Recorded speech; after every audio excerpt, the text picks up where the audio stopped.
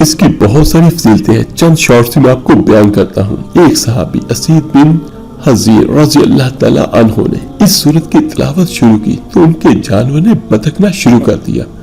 انہوں نے غور سے دیکھا تو انہیں سائبان کی طرح ایک بادل نظر آیا جس نے اس پر سایہ کر رکھا تھا۔ جب انہوں نے حضور صلی اللہ علیہ وسلم سے اس کا ذکر کیا، جب انہوں نے یہ چیز دیکھی، اس کے بعد اللہ کے رسول صلی اللہ علیہ وسلم سے اس کا بیان کیا تو میرے آقا کریم صلی اللہ علیہ وسلم نے ارشاد فرمایا، پڑھتے رہو، یہ وہ سکینہ ہے جو اللہ تعالیٰ کی طرف سے قرآن کی تلاوت پر نازل ہوتا ہے۔ سبحان اللہ۔ اور اللہ کے رسول صلی اللہ علیہ وسلم فرمایا، جو شخص سورۃ کہف کی 10 آیتیں یاد کرے وہ دجال کے فتنے سے بچے گا، فتنے سے بچے گا، یہ بات ذہن میں رکھیے گا۔ اور میرے آقا کریم صلی اللہ علیہ وسلم نے اور فرمایا، جس نے بروز جمعہ سورۃ کہف کی تلاوت کی، اس کے لیے اللہ تعالیٰ 2 جمعوں کے درمیان ایک نور روشن فرما دیتا ہے۔ ایک اور جگہ پر رسول اللہ صلی اللہ علیہ وسلم نے ارشاد فرمایا، جس نے سورۃ کہف پڑھی اس طرح پڑھی جس طرح نازل ہوئی ہے، اس کے لیے قیامت کے دن ایک نور ہوگا۔ اور ایک روایت حضرت امام حسین رضی اللہ تعالیٰ عنہ سے روایت ہے کہ جس شخص نے بروز جمعہ سورۃ کہف پڑھی وہ پورا ہفتہ تک ہر فتنے سے محفوظ رہے گا، اور اگر دجال بھی نکلے تو اس سے بھی محفوظ رہے گا۔ تو میرے عزیز بھائیو بہنوں اور بچوں، آپ نے کرنا کیا ہے؟ سورۃ کہف کو آپ نے شروع سے آخر تک پڑھنا ہے، اول آخر 11 بار، 7 بار یا 21 بار، جو آپ آسانی سے پڑھ سکتے ہیں۔ درود پاک پڑھیں، پانی کا ایک گلاس ساتھ میں رکھیں اور اس پر دم کریں۔ زیادہ بہتر اور زیادہ افضل یہ ہے کہ جب آپ صفحہ بدلتے ہیں، یعنی ایک صفحہ آپ نے پڑھا، آپ نے اس کو پلٹا تو آپ پانی پہ دم کریں۔ ہر صفحہ جب پلٹیں تو پانی پہ دم کریں۔ تو اس طرح پوری سورۃ کہف کو آپ پانی پہ دم کریں اور اس کے بعد اس کو سب گھر والے پیئیں چھوٹے چھوٹے گھونٹ میں۔ تو سب سے پہلے گھر کی دیواروں پر چھڑکائیں، چاروں کونوں میں، اور اس نیت کے ساتھ کہ اللہ ہمیں ہر مصیبت، ہر پریشانی سے محفوظ رکھ، ہمیں بھی، ہمارے گھر کو بھی، یا ہمارے دفتر کو، یا ہماری دکان کو، ہمارے اہل و عیال کو، ہر چیز کو آپ نے نیت کر کے پڑھنی ہے۔ جب آپ سورۃ کہف پڑھیں اس کے بعد اللہ تعالیٰ سے ہاتھ اٹھا کے دعا بھی کریں۔ میرے عزیز بھائیوں بہنوں اور بچوں، یقیناً جو اللہ عذاب دینے پر قادر ہے وہی اللہ بچانے پر بھی قادر ہے۔ تو سارے گھر میں دیواروں پر، چاروں کونوں پر، اوپر اس کے چھینٹے لگائیں۔ اس کا ایک فائدہ تو یہ ہوگا، ہر قسم کی مشکل، مصیبت، پریشانی سے آپ محفوظ رہو گے، اور دوسرا ہر قسم کے فتنے سے بھی آپ محفوظ رہو گے، اور اس کا تیسرا فائدہ، ہر قسم کے جنات اور عصیب سے بھی آپ محفوظ رہو گے۔ یہ ایک قسم کا حصار بنانے کا طریقہ میں نے سورۃ کہف کا آپ کو بیان کیا ہے۔ روزانہ پڑھیں، اول آخر درود پاک کے ساتھ نیت کر کے پڑھیں، پانی پہ دم کریں، وہ پانی اپنے گھر میں دیواروں پر چھڑکیں، آپ خود بھی اس کے 3 چھوٹے چھوٹے گھونٹ لے کر پیئیں، اور اس پانی کے چند قطرے اپنے ہاتھ پر لے کر اپنے سر پہ ملیں۔ تو انشاءاللہ تعالی اللہ تعالیٰ کی رحمت سے آپ کے گھر والے اور آپ کا گھر یا آپ کی دکان یا آپ کا کاروبار انشاءاللہ تعالیٰ سبھی محفوظ رہیں گے۔ آج کے اس دور میں سب سے بڑی جو ہمیں ضرورت ہے وہ یہ ہے کہ ہم اپنا تعلق اپنے اللہ کے ساتھ بہتر کریں، اور وہ تعلق اسی طرح بہتر ہوگا کہ ہم اللہ تعالیٰ سے توبہ استغفار بھی کریں، لا حول ولا قوت الا باللہ بھی پڑھیں۔ یہ اللہ تعالیٰ کے خزانوں میں سے ایک خزانہ ہے۔ اور تیسرا سورۃ کہف پڑھیں، اور ہر چیز نیت کر کے پڑھیں کہ اللہ تعالیٰ ہمیں ہر قسم کی آزمائش سے، ہر قسم کے عذاب سے، ہر قسم کے فتنے سے محفوظ رکھے۔ آمین ثم آمین۔ تو سارے میرے بھائی بہنیں دعا کریں ان کے لیے جو اس زلزلے میں وفات پا چکے ہیں، کہ اللہ تعالیٰ سب کو اپنی رحمت سے، اپنے کرم سے جنت الفردوس میں اعلیٰ درجات عطا فرمائے۔ آمین ثم آمین۔ آپ میرے لیے دعا کیجیے گا، میں آپ سب کے لیے ضرور دعا کروں گا۔ اس ویڈیو کو لائک اور شیئر ضرور کیجیے گا صدقہ جاریہ سمجھ کر۔ تو ملتے ہیں جلدی انشاءاللہ تعالیٰ ایک نئی ویڈیو اور عمل کے ساتھ۔ اپنا بہت بہت خیال کیجیے گا۔ اللہ حافظ۔